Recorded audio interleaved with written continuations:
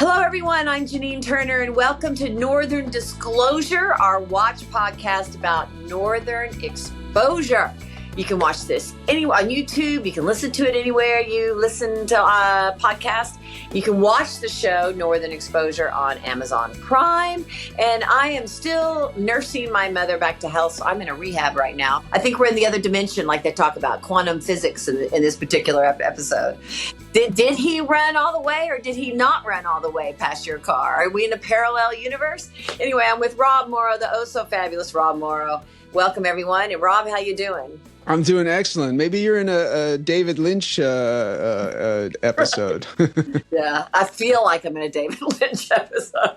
Well, you look great. I'm glad. Thanks for being a trooper and sticking it out with us and making the podcast today. It's a lovely show. It's called Get Real, directed by our guest, the great Michael Katleman, who we're both so excited to have.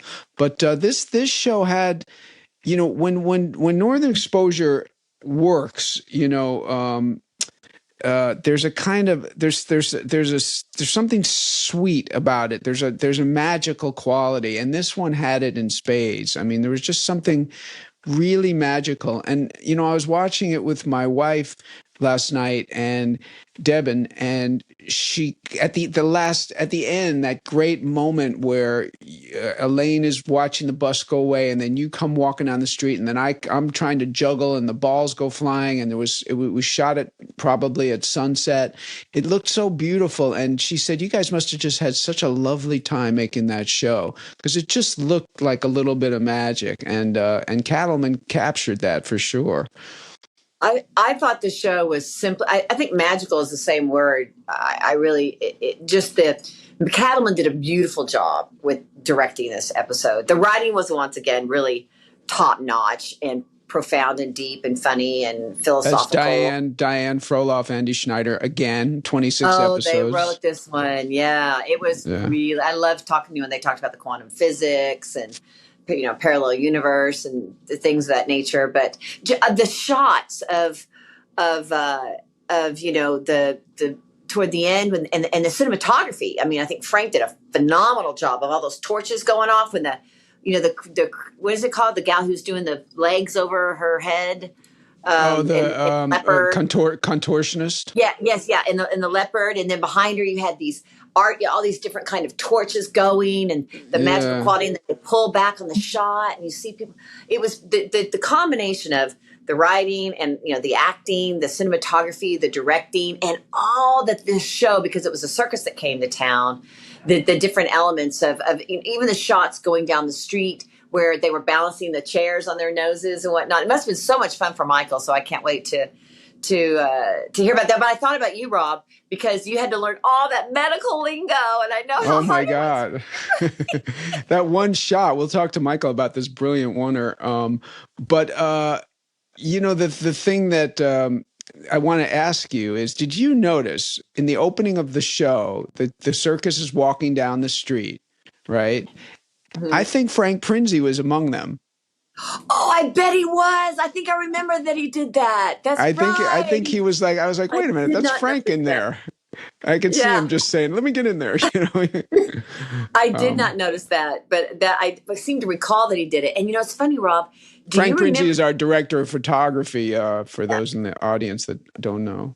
And he's been on the show. He won an Emmy for the show.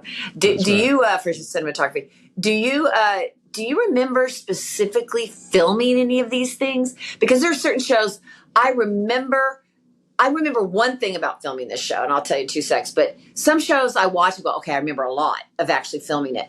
This, I don't really remember anything about filming it. I don't really have any tangible memories of any of it, except one thing. I remember that Bill Irwin, who played the man who was decided to not Lottie. speak. Yeah. He wanted in a scene to not belt he did not buckle his belt. He wanted the belt to be loose. And I remember Mimi was like, well, that's so weird. It needs to be belted. It needs to be belted. And Bill was like, no, I want it. It was like a character choice. Huh. And I just remember this character choice that he was making.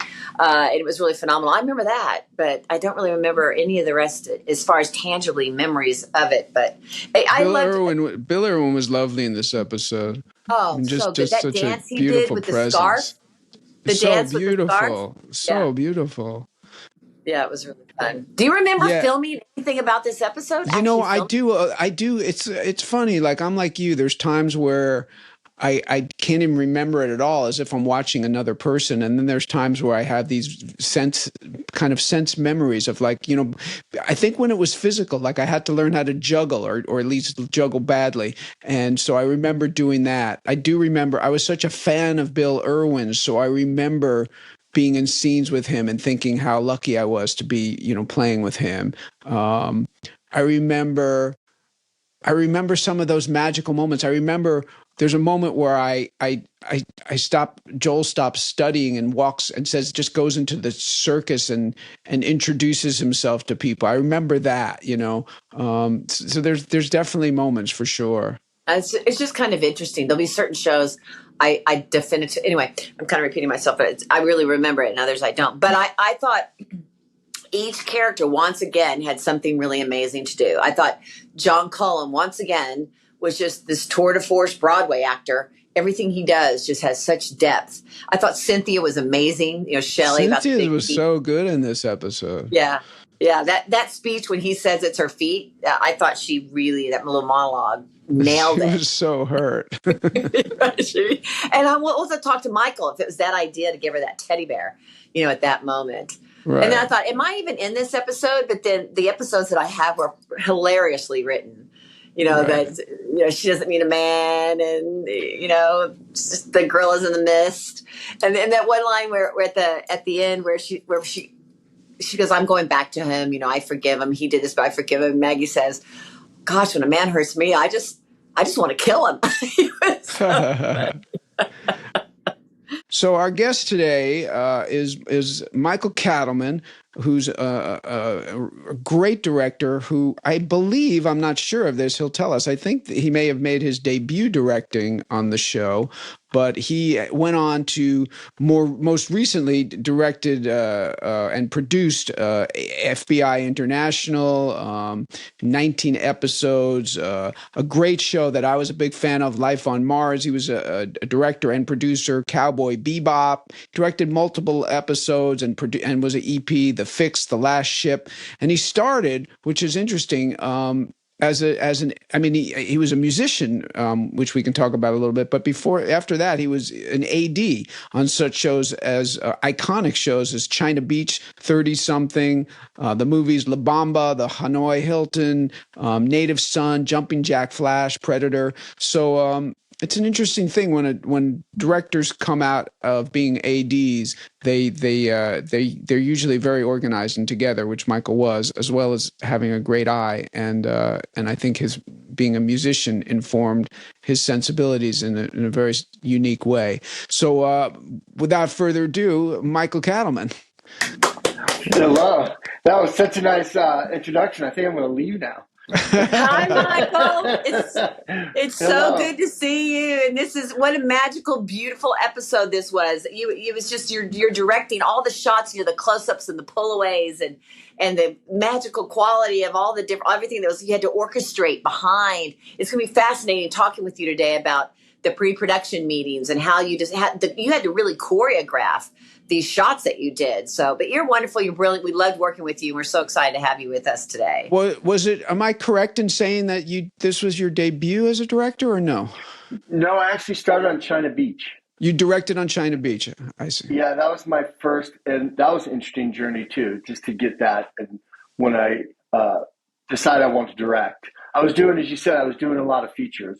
I started as a musician and then got into the film business and really started as a PA, as a production assistant. And I was pretty scrappy, would do everything. And when I was trying to come up at I would do this In fact, I think it was at Hanoi Hilton, I'm not mistaken. I was like the AD, the animal wrangler, and transportation. Just like anything they said, I go, I can do it. And then I figure it out.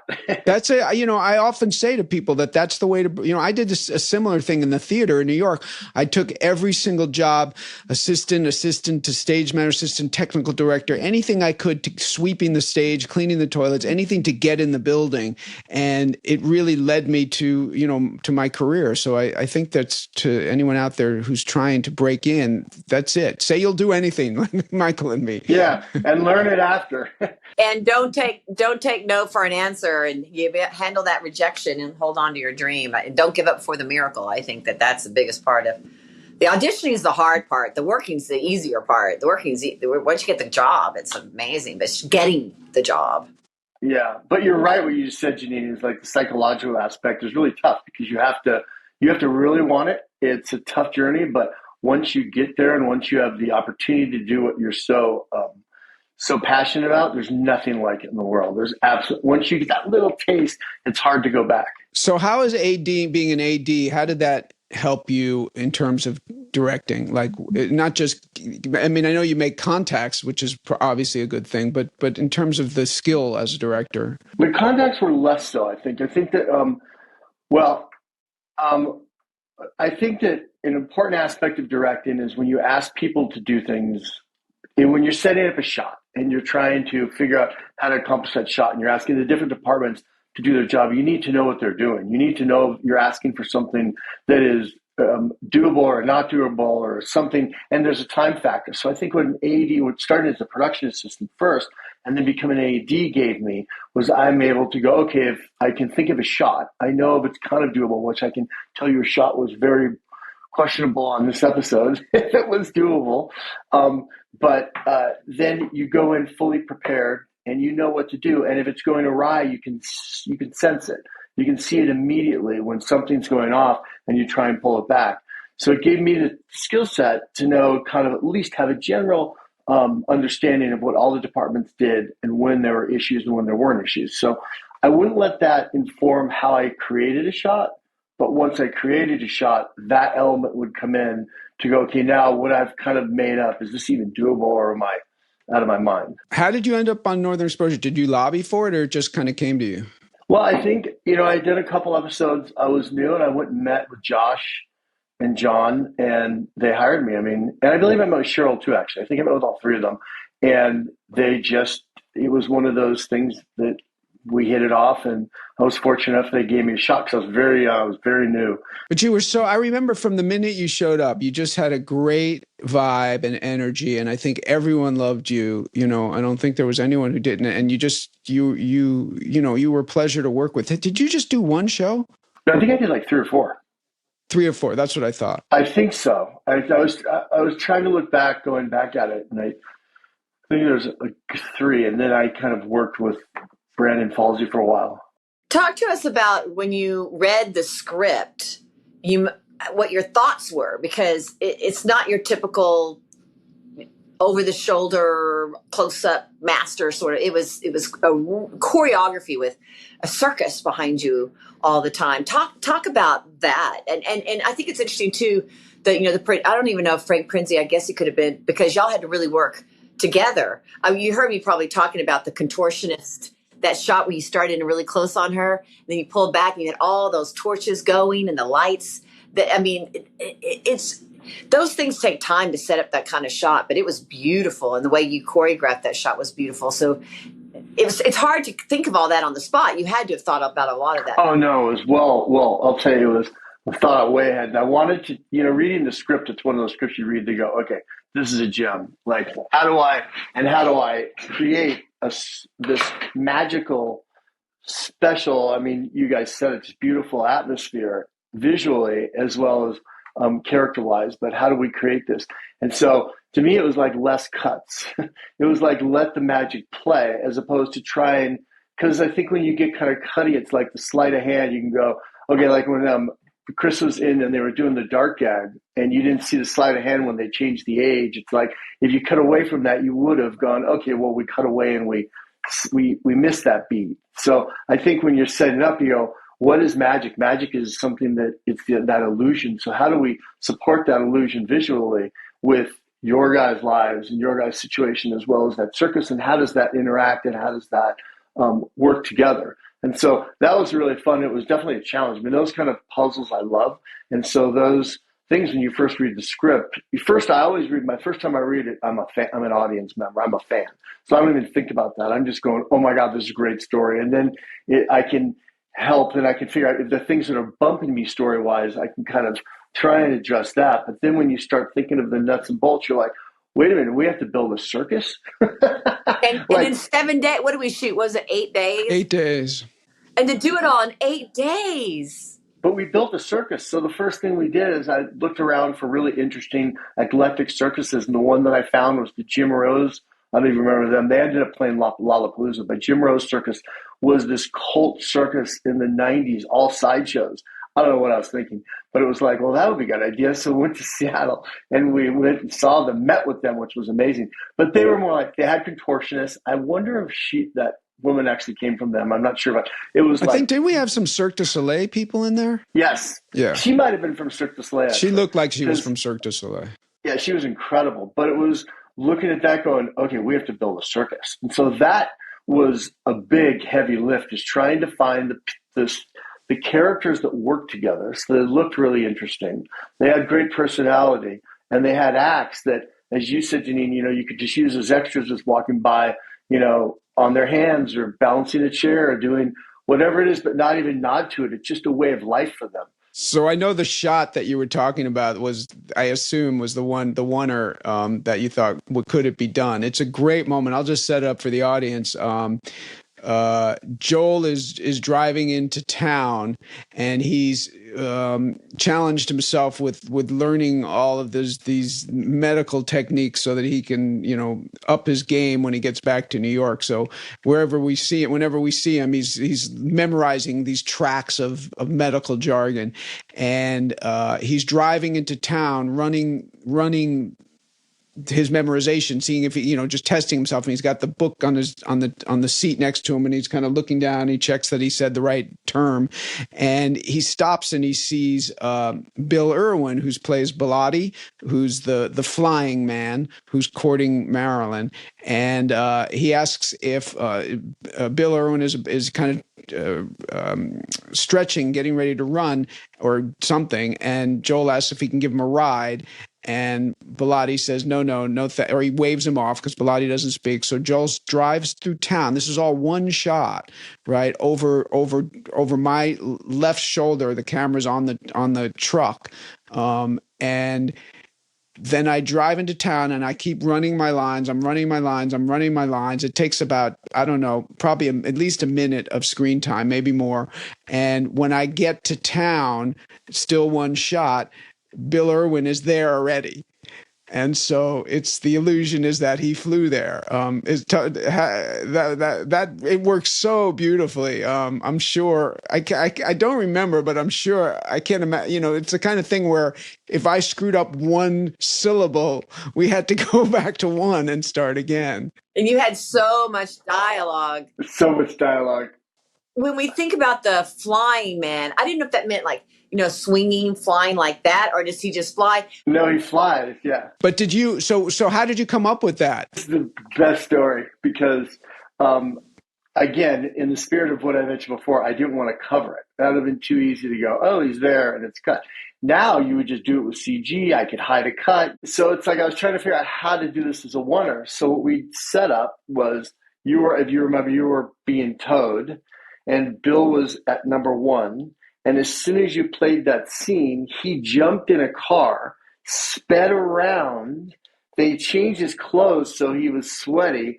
He hauled ass, got to the end mark, and then he was standing there when you got there. So it was one choreographed shot. Now, here's the thing is that, as you said, every time we had to go back to one, we had to go around because it was a huge trailer around the entire town, all the way back. So this was quite the undertaking. And it's one of the shots, as it's not succeeding, you're like, what have I done? Why are we doing this? But the best part was, I don't know if you remember this, but there was a cop there, Officer Mike. So Officer Mike was the one cop in town that had kind of sometimes it would get a little contentious with him. I think he didn't like all the tourists coming in or whatever it was. But he came out and we had a permit to do everything. And he sat there with a speed gun. And because Bill's car was exceeding the speed limit to get to 1, he tried to shut us down. And he said we were speeding. It was unbelievable. As we're trying to do this, I think he's tried to do this like after like 5 takes. And I remember I refused to stop. We're like, we're not stopping. I think Jim Charleston might have been my AD if I remember right. And we're not stopping. And the cops, like, it became a thing. Oh, all the stories of Officer Mike are so funny. I mean, that's amazing. And I do remember, I probably had to end up doing ADR on that stuff because the car must have made noise as he sped off. Yeah, and we didn't want any thought there's a car there. But that worked really. That was so hard on YouTube because the camera's right there. You had so much jargon to do. It had to time out perfectly. Oh my gosh. That's a fascinating behind the scenes story. I mean, just the architecture of the speeding car going around so he could end up at the end in one single shot, and then the police officer Mike trying to shut you down with the speed gun. I was directing the short film that I directed, and I remember I was in it too. So I decided to do it at my ranch. I had a horse, I had extras, I had myself, and then I'm trying to like set the shot, and then the phone rings, and it's the hotel saying that one of the crew members, Poodle, had destroyed the room. You know what I mean? And it's like 110 degrees, and I'm like, yeah, okay. So it's just the making of a movie. That's what makes it. But when did you choreograph that? When did you think about that shot? Was it in the production meeting? No, all in prep. Like in prep, I love, like, prep to me is the best because, again, you can sit there and you can just let it go. Who are you with in prep? Well, it depends. If I'm doing storyboarding, I'll have my DP there with the storyboard artist. But when I'm doing my initial conceptual design of the arc of a script, I like to be alone because, again, my camera, I think, needs to be motivated by the characters and motivated by the point of view of the scene. So there's so much thought that goes into it as opposed to just a cool shot. So I like to do, I love that part. So I like being alone so you can just get into it. And I put things around and I play and I talk to myself. I used to do this. It's pretty funny. And I guarantee I did it there, but I used to do it in restaurants because I kind of like chaos. So I'll go into a restaurant and I'll get like a diner or something, and I'll sit at a table. I haven't done this quite a bit of time. And I'll do all that. And I'll sit there and I'll stare and I'll start talking to myself as I'm playing the different parts. And I remember when I was in Vancouver one time, the waitress came up to me and complained and said, "You're really kind of freaking these people out. Can you stop talking to yourself?" Do you use Scriptation? I love Scriptation. Yeah. Are you kidding me? It's the best thing ever. What is Scriptation? It's an app for scripts that, it's every department. It's great for every department, but I helped them develop it. I know that. I remember that. But they, it helps you can, I don't know if you do this, Janine, but even as an actor and most specifically as a director, I write tons of notes in the script, and then once I'm directing, I'm writing shot lists, and I'm, usually in the old days, I would add a piece of blank paper so that I could do my drawings and then put in the set diagrams and all that stuff. But with Scriptation, you can just all do it seamlessly. And what made me fall in love with it initially was that, how you get 6 drafts before you start shooting? So I was always rewriting my notes. My weekends would be spent rewriting my notes. And then by the time I'd get to shooting, I didn't even have time to rewrite them. So I'd be walking on a set with 3 scripts trying to remember which one had the note. And Scriptation takes all your notes and moves them seamlessly to the next draft. So you don't have to do anything. And it also keeps them in one place. So if you lost your script, you just have to, get a new iPad and you're back in business. Anyway, I don't want to do a commercial for Scriptation, but I'm glad you use it because it's a game changer. No, it's a game changer. And also just to be creatively, because you can doodle on it. Like you said, you can erase it easy. You put thoughts down. You can do more stream of consciousness. Because I think when you're working on a script, you go, oh, do I want to write that in my script? And now the minute you have a thought, you can do it. And then you cross-reference that thought. So when back to this one, I'm trying to think of all those it starts with the characters and the story. And so you're going, how do I tell the story? Like, it's not to be master over, it's like, what shot? How do you evoke emotion out of the audience? What are you trying to tell? Whose point of view is it? How are you trying? There's so many things that go into it. So that's hard to do with someone else, because rightfully so, all those people have their own agenda. Like, the DP wants to make it as pretty as possible, and which they should. They want to, they may have a certain agenda they're trying to do. And every department, I find, is doing the best they can. Like the Mimi story you said with wardrobe, it's like she wanted that belt buckled, but Bill wanted that belt unbuckled. They both had, their heart was in the right place, but it was different agendas there. And which I always find fascinating, because it's the director's role, I think, to welcome that, like, because that's healthy, but then be able to decipher and go, okay, we still have to tell the story, and this is the point of view of the story. So that works, that doesn't, that works, that doesn't. Let's do it. And that's, to me, the fun of it. As it gets to set, and as we bring new people on, till you guys, come to set, and you guys have a whole, point of view, which is, I love at that point, because then it's totally fresh. You guys know the characters better than anyone. And then if you've done, as a director, your homework right, you should be able to receive all that. And so my guess is, as a musician, improv would help you as a director, right? Because you are you're right. Once the actors show up, they're bringing in all these notes and riffs and stuff that you didn't expect. And if you don't hear that, like, the best ideas, and you have to know what you're making well enough that when that idea comes through, I can't tell you how many times I've gone, oh my God, that's amazing. Absolutely. So you can still keep the story on point, but that informs it, and it becomes a much better story. I love that process. And, Rob, to explain, and Michael, to explain that to the listeners a little bit more, as we're kind of working through this, directors have their vision, their thoughts, they're kind of, as you're saying, Rob, your shot list and all. But then Rob and I remember we would walk on the sets, and you knew when it was a good director, or a director that was maybe, going to not be a collaborative spirit, because we, as actors, we walk out there and we don't often, when we're blocking it, want to be pigeonholed into a specific thing. We want to be able to say, let's breathe it, let's feel it, let's see how it all works. But then there has to be this sort of, coming together, meeting of the minds, where you get a little bit of what the actors may say, it's not comfortable for me. I don't think I want to sit here. Or can I get up and walk around here? Talk about that, Michael, because when you have kind of your vision, and then the actors come in and say, oh, that just feels, I don't think I could do that. Or they might say, great, it feels completely perfect. But and we have so little time. Well, I think that, like, again, if the directors thought it through properly, and if they're specific about certain blocking, and their blocking is motivated by character, performance, story, then it should be in the right zone. And if it's not, if the actors bump on it, there's a reason for that.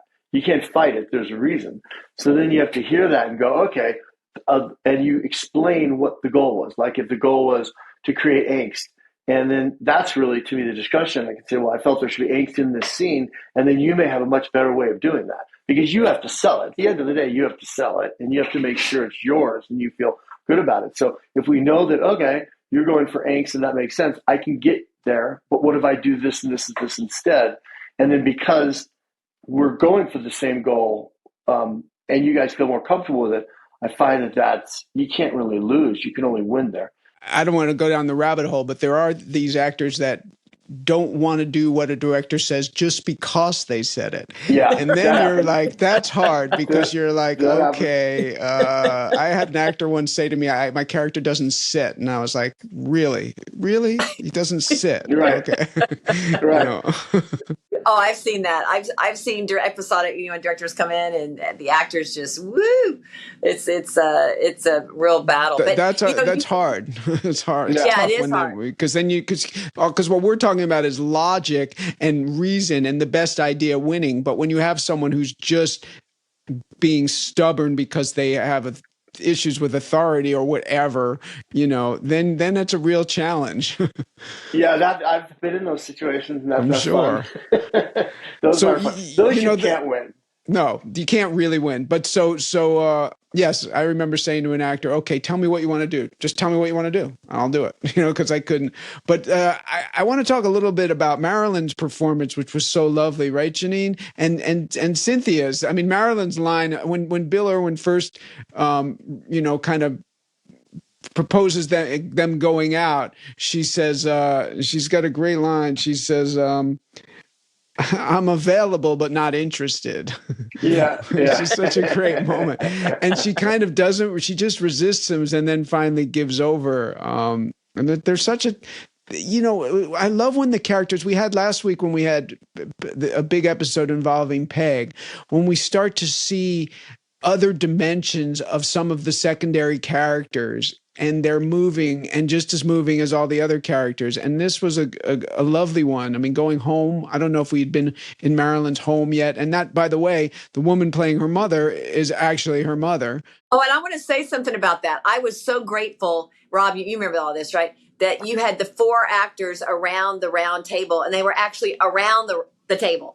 So many times directors want to cheat and put all the actors kind of on this side of the table, and no one would ever eat like that. It's like, wait, people sit across from the table for each other. And I looked at that and I thought, oh, you actually did that, which creates much more coverage. You have to go around in so many different angles. But I thought, oh, yay, they're all actually around the table. But that was the interesting thing about the show. You had this kind of mystical, magical, creative opportunity, but you also had, as you kept saying, Mike, you had a lot of character. You had Cynthia's character and John Cullum's character and Marilyn's character, and even my character kind of came in and that was kind of touching in certain kind of ways. She's playing tough, but she really didn't feel tough. It was, and then Rob's character trying to create, Fleischman something new. It was really, I think, a great blend of everything. How about the Cynthia with the big feet? I wonder if Cynthia or Shelly, but I don't think Cynthia had particularly large feet. I don't think so. Was symbolic of one of those little things that can just ruin a relationship potentially. Size 11. Yeah, right. Men's 11. I know, that was great. And the gum on the shoe when she put her foot up. Right. Did you? Was it your idea that she hold the teddy bear? I actually don't remember at all, to be honest with you, but that was such a great moment. Yeah.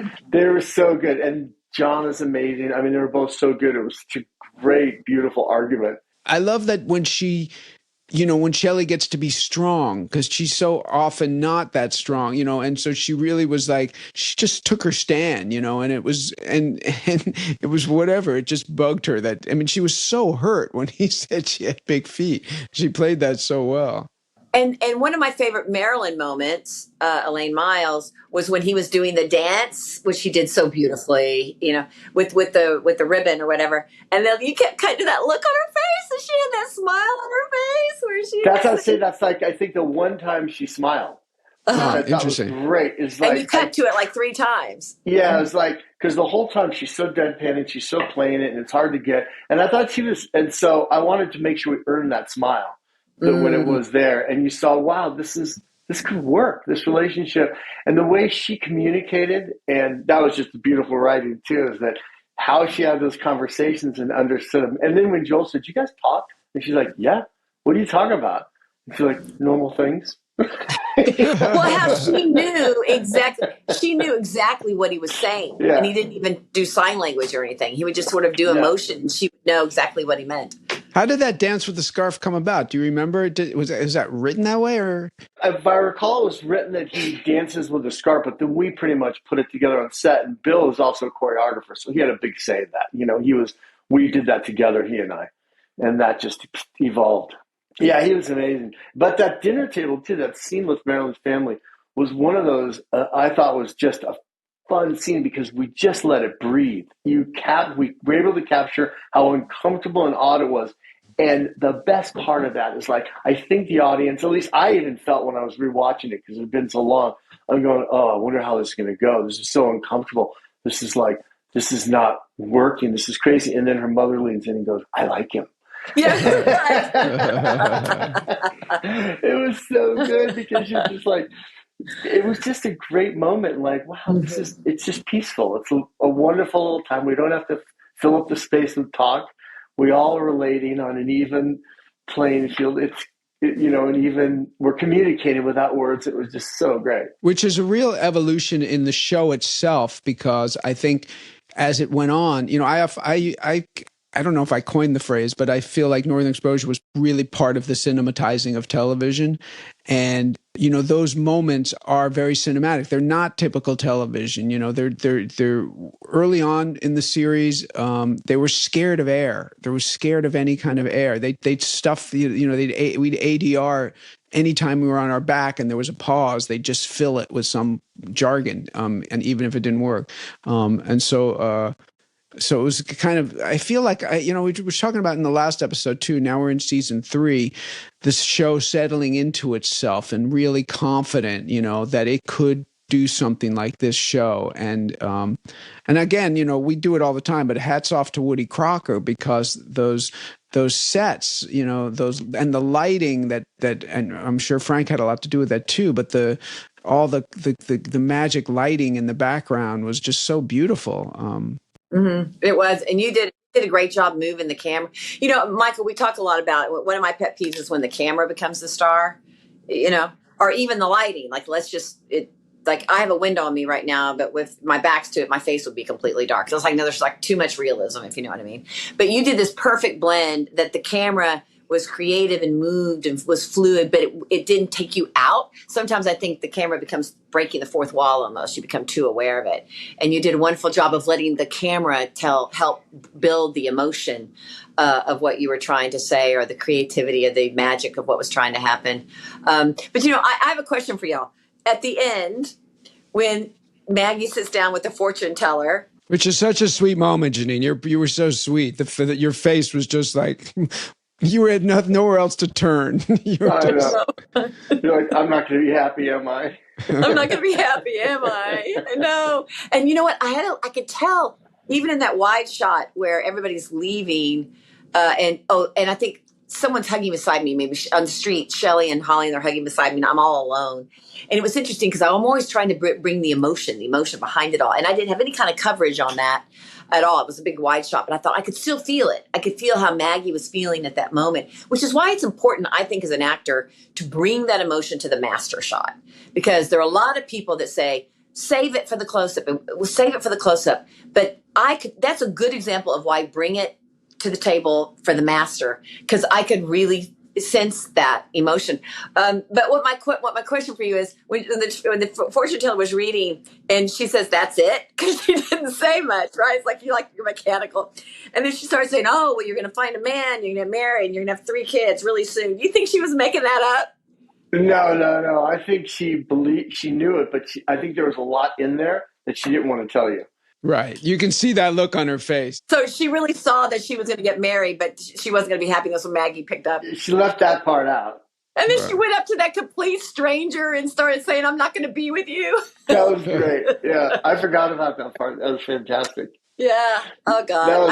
I just keep great. wanting my clothes to change and my hair to grow. It's like, oh, my God, those clothes were so horrible. I mean, it was just like, it'll evolve. It all starts to get a little better. You brought up make sure you get your performance in the wide shot. And I think that goes back to the director.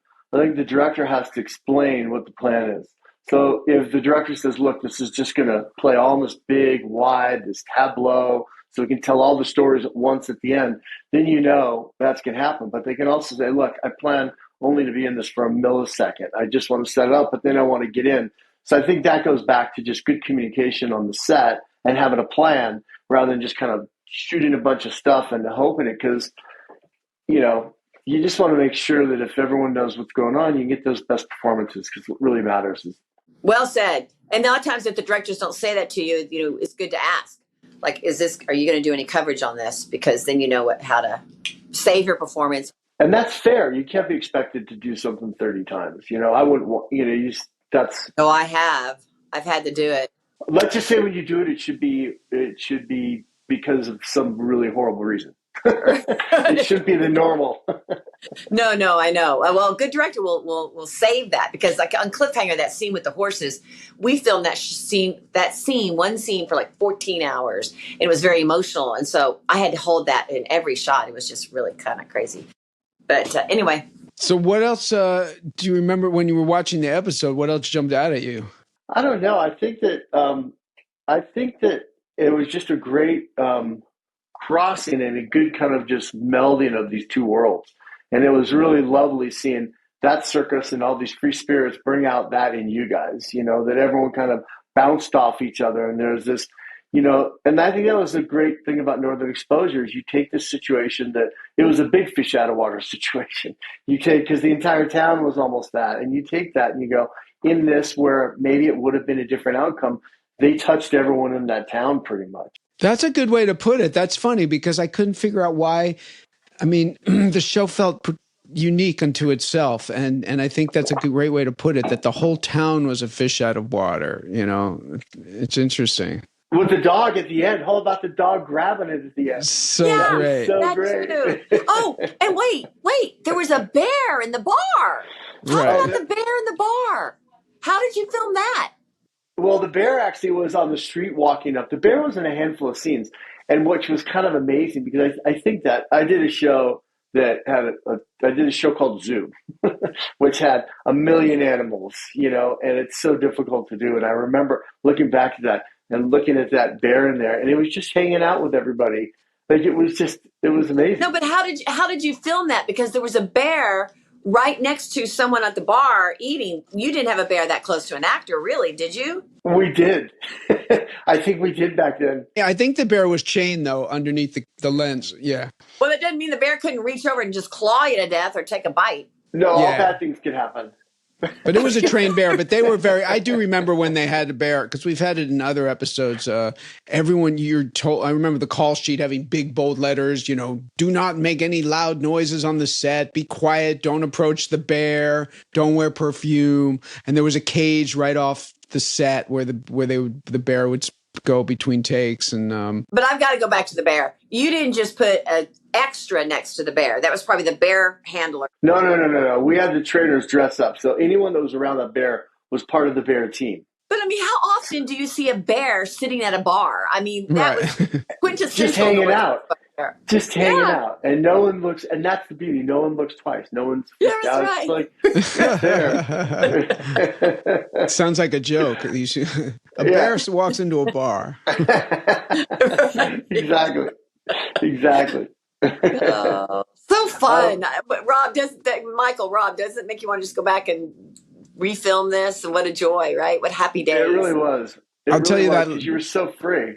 That last scene made me, there were just look, I hate to be Pollyanna because there were hard difficulties making this TV show over 5-6 years, but there was so much joy and appreciation. And I could just tell in that moment at that last shot, the weather was perfect. We weren't cold because we were wearing lighter clothes. The light was beautiful. It was, there's something great about, we were talking about wide shots, but there's something so freeing for us as actors when we're in a wide shot. Because when you're in a close-up, you can't go like that. You have to but when you're in a wide shot, you can do anything. So it almost feels like you're not acting. I wasn't acting. I was just playing with balls on the street, and a dog came and the light was perfect. And you think, wow, we're making something here that is, an entertainment with hopefully some artistic, ideals, involved, and we're getting paid, and we're living this. We're in this beautiful place, and I could just feel that coming off the screen. I think you nailed it, and I think that was a big part of Northern Exposure. And as far as coming into direct and being part of that world, is that it was such a freeing, interesting, odd world that was normal. So it wasn't like this world's odd. It was odd when you look at it. There's a bear at the bar. But for the filmmaking and the story, this is just a slice of life. And I think that when you can capture that slice of life, I go, this is what happens when you look down the other street and you go to this town. That's what was so beautiful about it. It wasn't judgy. It was just what it was. There was, whatever relationship was there, it's what it was. And we didn't judge it. We didn't think about it. It's just life as it is. And if it's big feet or it's someone that doesn't talk It's just the way it is, which was so fun to do. The shot that Rob's talking about at the end, there were so many. I remember Rob and I were in the van together, and I was talking about how wonderful the show was. And Rob's like, one thing they know how to do in the show are endings. The endings are always really fabulous. But in that shot, the way I remember, I kind of started to play around a little with the dog. I did a little something fun there at the end too, as you run by, Rob. But doesn't it remind you of growing up in the 70s? Before iPads and iPhones and television sucked the soul out of all of us. I mean, in the 70s, we could go out and run and play and be in the fall air and be in a town, a community where it was fun to do. And now that's just sort of dissipating. And I think that's one of the fun things, at least our generation, is that scene almost has a sense memory for me, a feeling. Like I remember what it was like to just run around all day and the parents have to call you, like, come home, but not on your cell phone. For sure. No, it has that feeling. Just playing in the street, that you could play in the street. But then I think when that bus pulled away and you have the little goodbye from Bill and see everyone doing what they're doing, to me it was so nice just seeing that they left, but they had a lasting effect. Like as they left, everyone was touched by this traveling circus. And did their bus really break? Or were they there to just loosen everybody up? Were they put there for a reason? Well, that's the cosmic thing that always informs so much of the show. Did you, I'm sure weren't involved in the casting of Bill Irwin, but did you talk a little about? No, I was. We talked about it. Oh, you did? Well, I just remember maybe I wasn't intimately involved at that time, but I remember we had names coming up and trying to figure it out. Did you know him? I didn't, but we wanted someone that was a mime. Like that was our goal, was to find someone that was a mime, someone that was a dancer, someone that was really good with their movement. So if they weren't a mime, just a dancer, just so they could be fluid with everything and make that as a language and try and be as communicative as they could with, just in a lyrical way. And so Bill checked all those boxes and we got Bill. I remember we were ecstatic. That was like such a win. And he was fun to work with? Was that amazing? Right. Lovely. Yeah. I mean, come on, he was on Sesame Street. Right. How can you not? He was fantastic. He comes back for one more episode. Maybe the belt thing was on that episode because I seem to think it was a town hall or something when that happened. Right, because I don't remember it from this episode. Yeah, I kept looking to see if there was a belt that wasn't done up in this show. I didn't see it. Yeah, I didn't remember the belt moment. And I just marvel again to have created all of this in 8 days. Well, I'll tell you something interesting. I was trying to remember what shot it was, and I think it was the shot with the contortionist that we start close on her face and we pull back. We lost the light. We were shooting that in Roslyn, and we lost the light, if I remember right. So we had to put that on stage. And so we basically took out the walls in the bar. We took out the big wall and built all that on stage back at our sets. Wow, I could not. It was so seamless because it cuts against. Wow, that's amazing. That's Frank Prinzi. And so we ended up, I'll tell you a funny little behind the scenes on that too. But we ended up pulling back and we pulled that one wall that was the back wall to the bar. So the bar was still in, and we set up a huge piece of track and just did a pullback and played it in one shot. So I did all the other stuff, the wide stuff in town. I remember losing the light. It was just a nightmare. And like, right. Okay, we'll reach the stage between Woody, Frank's amazing lighting. But it was pretty funny because Frank and I would kind of butt heads a little. I love Frank. And actually I brought Frank, and Frank shot another series with me. He did Life on Mars with me. And so Frank and I remained close. But on that shot, we had such a different perspective of how that should be done. So I wanted to take a 300 millimeter lens, which is a really long lens, so the actors would be way far away, and then do the same move pulling back. So I had them pull the wall and everything. Frank, because he didn't like that, wanted to use the 300 millimeter, and we would be like just going like that. And that's fun in a good way. I love him. He goes, okay, let's put a 28 on sticks right here, which is the widest lens on sticks with no movement. I'm like, what?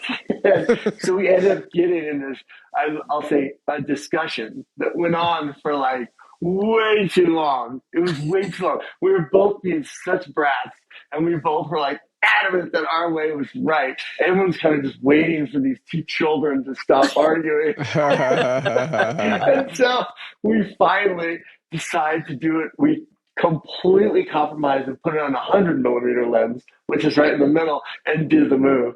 And I remember I was laughing so hard afterwards, like, what? We looked at each other, what was that about? It's funny though, I think I clocked when I was watching the episode there, that moment, because I remember thinking there was a lot squeezed into the frame.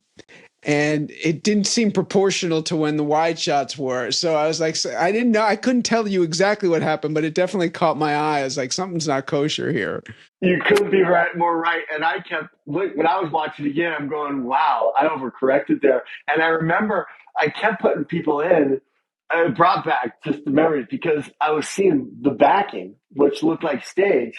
So it was like some plants and a thing, and they hung up, some black set piece, and I was like, because it had to look night, and we strung the lights. I'm going, oh, this is so we kept throwing people in, and before you know it, everyone's like this next. It's such a, the fear of, like, when we're, for the audience, it's not unusual for us to be, or for anyone when they're shooting to lose the light, as Michael said, and have to pick up a shot in another location.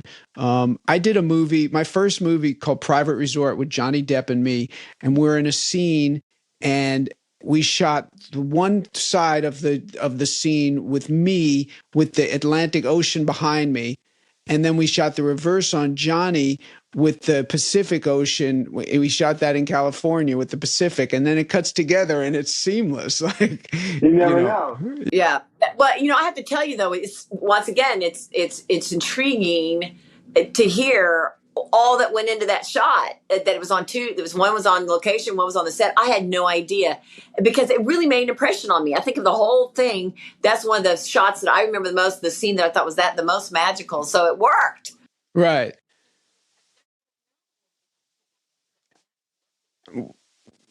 Which is also great, Janine. It's like why, someone like Michael has to fight. You had to fight for that shot. I mean, I don't know if you had to fight to pick it up, but you had to get your vision. And in DPs, it's a tough dynamic with a D. I bet you in subsequent episodes you had less difficulties with Frank, right? I think when DPs first encounter a director, especially a young and inexperienced one, they really tend to test them to see either unconsciously or consciously. Yeah, no, Frank's lighting is absolutely beautiful. She can't, like, again, I said earlier, it's like everyone has an agenda. It's not a mean agenda, it's agenda. And I do want a DP that what they care about most is making it as beautiful as possible. Then, we'll crush their soul and their heart when we have to chase the shot. But you want every person in every department trying to bring their A game. Well, I would take passion. People that, I love working with Rob, because I always felt that he was passionate about making it, as a fellow actor, of bringing everything he could to that moment, as I was like completely committed to every scene that I did. I would rather have passion, right, and have a discussion, you know what I mean, like you and Frank had, than have someone that just kind of shows up, let me do it, and I'm going to go back to my trailer and get a massage, or, there's someone that doesn't really care about what they're doing. And that's the dynamic that you would hate to lose that. I mean, you obviously have to keep it within confines and all that kind of stuff. But I mean, passion can be a beautiful thing. And it's wild to think of in the arts, and when you're asking people to think emotionally and creatively, to then want to stifle that in everybody and say, oh, you need to behave this way. Because when you do that, you stifle that energy. I always say that actors, we're emotional people. We are trained to cry or do whatever we need to do on action. 1, 2, 3, action. It's kind of like a racehorse, a thoroughbred in the races.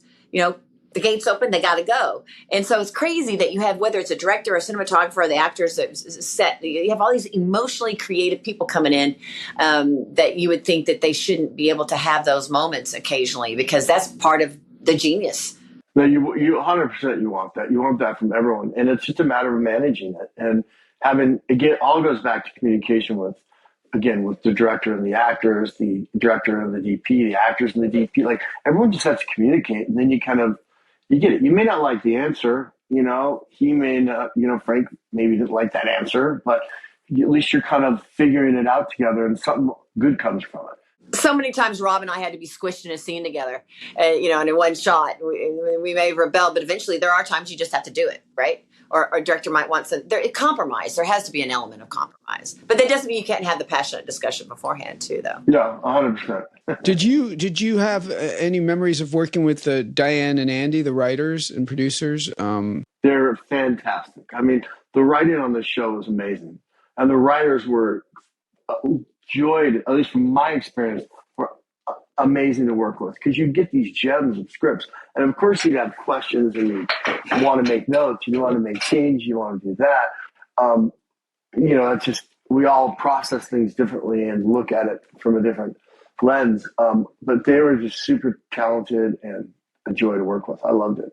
And Josh too. And, everyone on that show is just, it felt like a good vibe. But you're right. I remember, because the earlier shows, as you mentioned earlier, they were so afraid of error that they were doing ADR. They were just having you guys talk over every little space. It was kind of interesting. And this episode worked because of the air. Yeah, I think it was an adage that in comedy, you can't have any air, which I don't think is true, but it was a well, at least we didn't have a laugh track. Laugh tracks drive me nuts. Yeah. So at least we didn't have that. Yeah. Well, I think we're going to wind down here, Michael. It's been so great. If there's anything else you want to talk about in terms of the show or anything, now's your chance. No, it's just so good catching up with you guys. It really is great seeing you guys, and watching that show brought back such great memories. Just what a wonderful slice of time. Maybe we'll ask you to come back when we get to one of your other episodes, and we can talk again. I would love that. Yeah, Michael, you have such a beautiful energy. Oh, thank you. I remember it was just a joy working with you, and you just have a beautiful energy, and you're so talented. And this show is one of the highlights of the 110. So great job. That's a lot of shows. Yeah, I know, but it was really special, this one. So you did a beautiful job, and this makes me want us to go. I want to go back to Roslyn and work with both of you again. It's like let's do it. Let's do it. I'm really close, actually. Yeah, that's right. You got an easy drive there. Stone's throw. I can drive, exactly. Oh, that's nice. All right. Thank you. Well, wonderful show. All right. Well, we'll see. Right. We can't wait to get together with y'all again next week.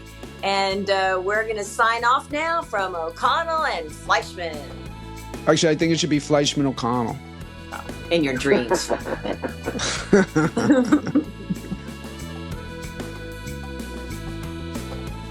Northern Disclosure is a production with Evergreen Podcasts and executive produced by Paul Anderson and Scott McCarthy for Workhouse Media.